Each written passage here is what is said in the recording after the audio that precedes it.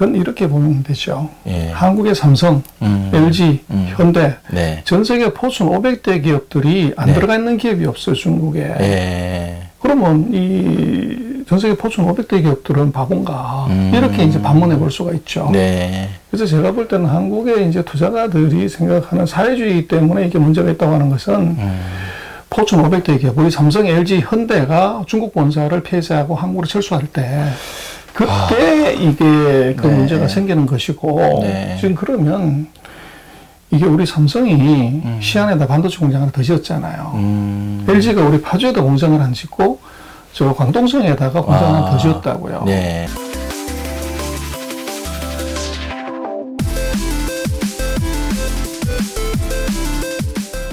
그럼 이거 어떻게 볼래? 사회주의에서 돈 다 이거 잃어버릴 수밖에 없는데 삼성하고 LG는 그럼 네. 거기다 공장 지면 삼성의 의사결정하는 상무님, 전무님, 네. 사장님들은 이건 잘못된 거죠. 네. 그리고 지금 전 세계의 자동차 회사들 다 중국 가서 공장 짓잖아요.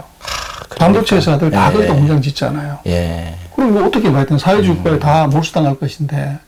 그래서 그렇게 놓고 보면 그것은 조금 이제 의문이었네요.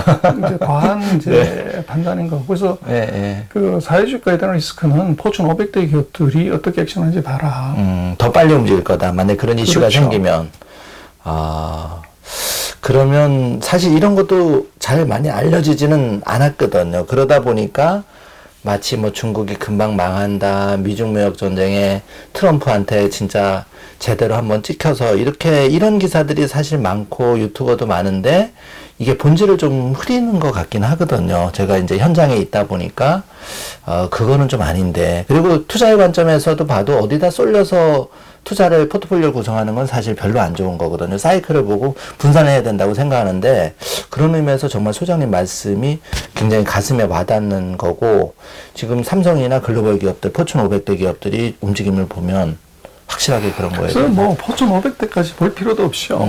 그 최근 뭐 한 2년 동안에 미중이 싸우면서 네.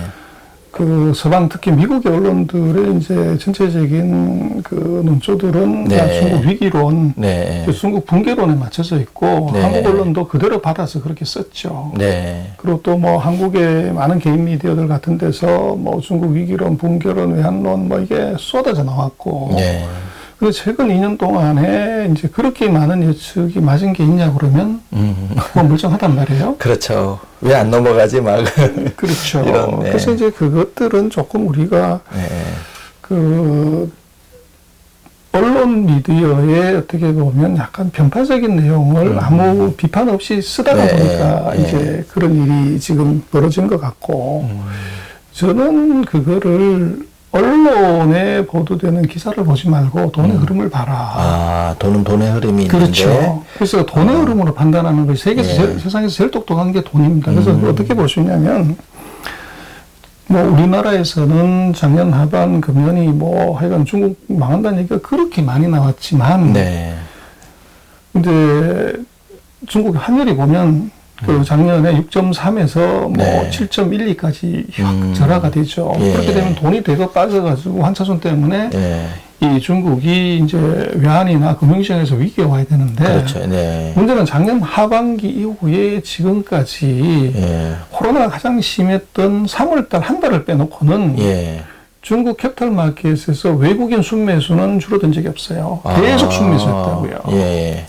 근데 그 사실은 우리도 뭐 그 중국의 개인들이 주식 투자를 했지만 중국의 청강통, 후강통을 산 사람이 누구냐?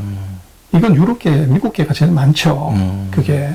그래서 이제 미국이 또는 유럽이 중국이 망한다고 위기라고 이게 뭐만 죽었다고 이렇게 그렇게 얘기를 하면서 돈은 완전히 표리부동하게 돈을 계속 갖다 집어넣었다는 거죠. 네네. 그래서 중국도 마우타이 주가가 그렇게 폭등을 하고 항저제약 주가가 그렇게 올라갔고 한데 그걸 중국인이 사서 올렸냐? 그거는 뭐 외국인이 사서 올린 거죠. 그래서 그렇게 놓고 보면 미국이 얘기하는 입으로 얘기하는 것과 그 주머니가 얘기하는 것은 완전히 다른 스토리다. 다른 얘기다. 그래서 네. 우리는 이제 입으로 얘기하는 걸 그대로 받아들여서 갖고 오는데 냉정하게 바라는 거죠.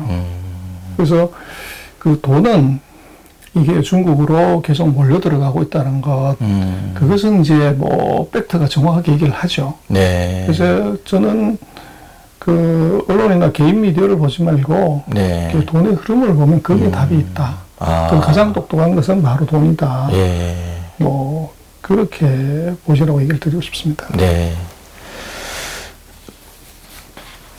그래서 소장님께 꼭 여쭤보고 싶은 게 이제 그 중국 본토에 외국인이 투자할 수 있는 게 이제 그 그 투자를 하는 그 자금이 들어가는 게 상해 A 주식 뭐 이렇게 지금 들어가 그 외국인 자본들이 그러니까 그 나눠져 있다 그러더라고요. 중국은 그 중국 본토 사람이 투자하는 시장이 있고 외국인이 투자한 그거를 좀 설명을 해주신다면은.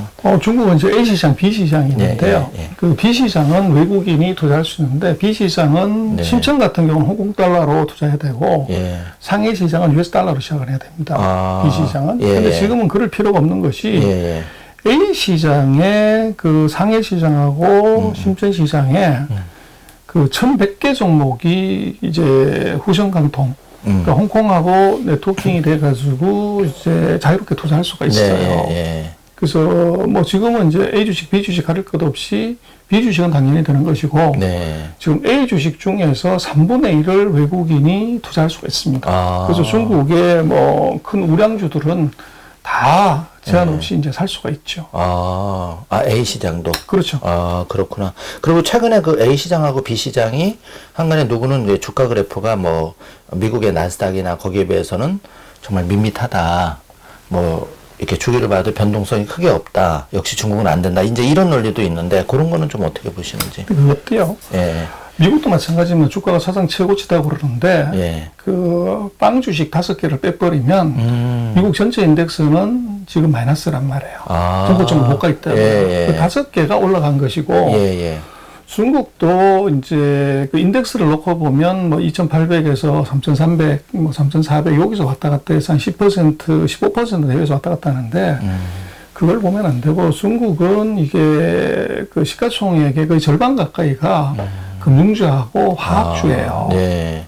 그래서 이게 안 움직이면 전체 인덱스는 가기 어렵죠. 근데 이제 금융주 같은 경우는 중국은 이제 은행이 주가 되다가 보니까 지금 뭐 전 세계 탑5 은행들 그 중에서 4개가 중국은행이에요. 근데 지금 뭐 다 마찬가지지만 저게 예대 마진 계속 떨어지고 있고 지금 이제 중국도 뭘 하고 싶어 하냐 그러면 기업들의 부채 비율이 높기 때문에 은행 대출을 줄이고 금융시장에서 직접 금융 그 주식으로 펀딩을 하든지 채권으로 펀딩하라고 하니까 이 은행의 그 상대적인 지위 악화, 수익 악화가 계속 있는 거죠. 그러다가 보니까 이제 이게 금융주의 약세가 지수를 못 올라가게 하는 것이고 또 이제 석유화학이 이게 큽니다, 중국이. 그래서 이 최근 뭐 수년 동안에 기름값이 150%에서 이게 뭐 끝없이 떨어졌기 때문에 그 영향이 같이 있죠. 그러나 이제 그 중국의 내수 소비나 또는 이제 테크 주식이나 이걸 이제 5개를 골라 뽑아 봐라. 그러면 중국 뭐 한국 사업들이 많이 하셨던 항서제약이나 무슨 뭐 마오타이나 이런 회사들의 주가들은 이건 뭐 몇백 올라간 거죠. 작년에도 마오타이는 엄청 올랐다고요. 그래서 그거를 이제 그 미국도 보면 빵 주식, 테크 주식 5개, 6개를 골라가지고 사면은 이게 엄청나게 올라갔지만 중국도 마찬가지로 테크하고 소비주를 5개만 골라서 보면 미국보다도 2-3배가 더 올라간 거죠. 오히려. 그거를 이제 아까도 말씀을 드렸지만 우리가 중국의 인더스트리나 컴퍼니를 보지 않기 때문에 원수 같은 중국어가 안 돼가지고 거기서 이제 우리가 그 오해를 하는 거죠. 미국 시장은, 중국 시장은 안 된다. 그래서 그거는 중국은 이제 마켓 전체를 따라가는 인덱스는 아까 말씀을 드렸지만 펀드는 그게 금융주하고 화학주의 비중이 크기 때문에 기름값이 올라가고 금융시장 전체적인 것이 다시 대출 위주로 가게 된다 그러면 중국 인덱스는 세게 올라가지만 그게 아니라고 하면 이것은 이 그 2개를 제외한 나머지 섹터하고 종목에서 봐야지 전체를 보면은 그것은 큰 점이 없다. 미국도 사실은 마찬가지고요. 그러면 이렇게 분해해서 보면 정말 소장님한테 배우게 되는 건데 이런 주도주가 있고 그거를 전체적으로 평균을 내서 보니까 미국에 비해서 상대적으로 적게 올라갈 것 같이 보이긴 하지만 실제로 그런 가일 주식은 미국에 못지않게 더 많이 올라갔죠. 네, 더 많이 올라갔는데 우리는 사실 그 사실을 모르죠. 모르고 뭐 그거를 또 얘기해 주는 데도 없고 그래서 자꾸 투자 기회를 놓치지 않는가 이제 이런 생각이 들고요. 그렇게 해서 이제 하나 더 여쭤보고 싶은 게 지금 사실 미국의 나스닥의 빵 주식이나 그런 시총 1위에서 뭐 5위 내지는 12기업에는 다 쏠려 이렇게 관심이 많은데 거기에 반면에서 중국 주식은 내가 자산이 100이라고 했을 때 10도 투자를 안 하고 있는 게 현실이거든요. 이렇게 보면 이제 그 소장님께서 오랫동안 이제 그런 애널리스트도 하시고 이렇게 경험을 하셨는데 지금 그 앞으로 3년, 5년을 좀 놔두고 봤을 때 미국과 중국 주식을 어떤 식으로 좀 투자를 해야 가장 좀 현명한 투자가 될 수 있을까? 글쎄 이제 뭐 자산 배분하는 쪽에서 놓고 보면 결국은 이제 시가총액 기준으로 가라 또는 이제 GDP 비중대로 가라 이제 그렇게 보면 지금 아마 우리가 해외 주식 투자하는 걸 보면 아마 미국하고 중국의 비중이 뭐 10을 그 기준으로 치면 아마 7대3 뭐 최근에 7대3. 조금 늘어가지고 뭐 6대4 뭐 그런 정도로 가는 것 같아요. 근데 아마 앞으로 트렌드를 놓고 보면 중국 GDP와 미국 GDP 한 66% 정도이기 때문에 지금보다는 비중이 한 2배 정도 더 올라가야 된다. 올라갈 것 아닌가. 이제 그렇게 보이지만 그게 최대 이제 난점을 보자 그러면 그 중국에 이제 투자하고 싶어도 정보가 부족하다는 거. 그래서 이제 산업하고 기업에 관한 정보들이 금융기관들이 더 많이 제공하고 또 투자가들도 그걸 조금 더 많이 공부하게 되면 아마 지금 사고 싶은데 이게 그 원수 같은 중국어가 안 돼서 흰것은 종류 까만 것이다 보니까 이제 이런 일이 벌어지는 거죠. 그러나 뭐 트렌드를 놓고 보면 뭐 지금 미국 비중 대비해서 중국 비중은 너무 낮다. 그리고 그것은 이제 뭐 시간이 더 흘러야 되겠지만 이 돈이 된다고 그러면 이제 정보에 대한 투자가 늘게 되겠죠. 뭐 그러면 뭐 추세적으로 보면 중국 익스포저를 더 높이는 것이 아마 포트폴리오 관리 차원에서 또 맞는 거 아닌가 싶습니다. 네, 정말 그 좋은 말씀이십니다. 그러니까 좀 쏠림 현상을 좀 이제 줄이고 조금은 균형 있게 해야 되고 그런 말씀이신 걸로.